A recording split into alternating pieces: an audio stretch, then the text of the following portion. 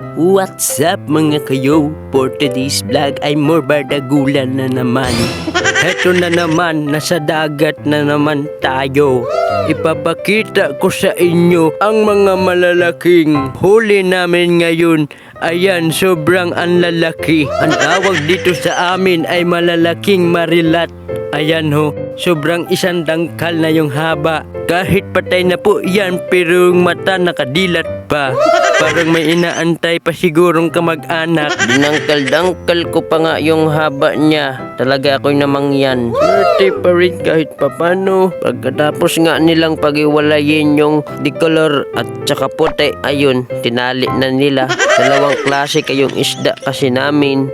Merong bangkulisan tsaka marilat. Umakyat nga ako sa bubong ng kamarote para tumambay. Dito nga tayo nakapesto habang hinihintay maluto yung pagkain. At ayun, dumating na yung order natin. Ayan po yung ating kakainin. Tara po, kain tayo. Samahan nyo ko mga kababayan. Bago nga tayo kumain ay tingin-tingin muna tayo sa baba. Kasi yung iba ay sumasandok-sandok pa. At ayun, kinuha na nga ni kuya yung pinakamalaki. Solve na daw siya sa isang peraso. Bali, isang perasyong ulam per head. Matapos nga nating makipagchismisan ay lumamon na ako dyan. Kasi nagugutom na yung bitos ko.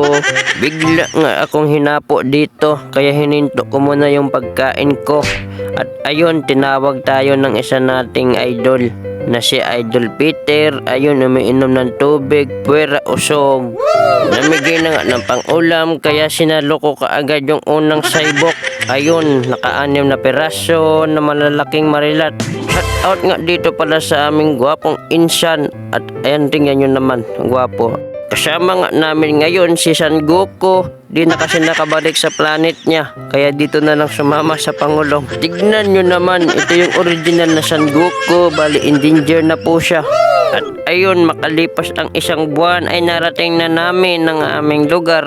Shout out nga sa mga followers ko at sa mga sumusuporta ng tunay. Pag tayo nga ay magkapera, bibili ako ng planeta. Tapos doon ko kayo papatira.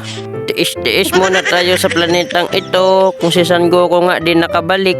Hanggang dito lang yung ating vlog. Paalam at salamat sa panonood.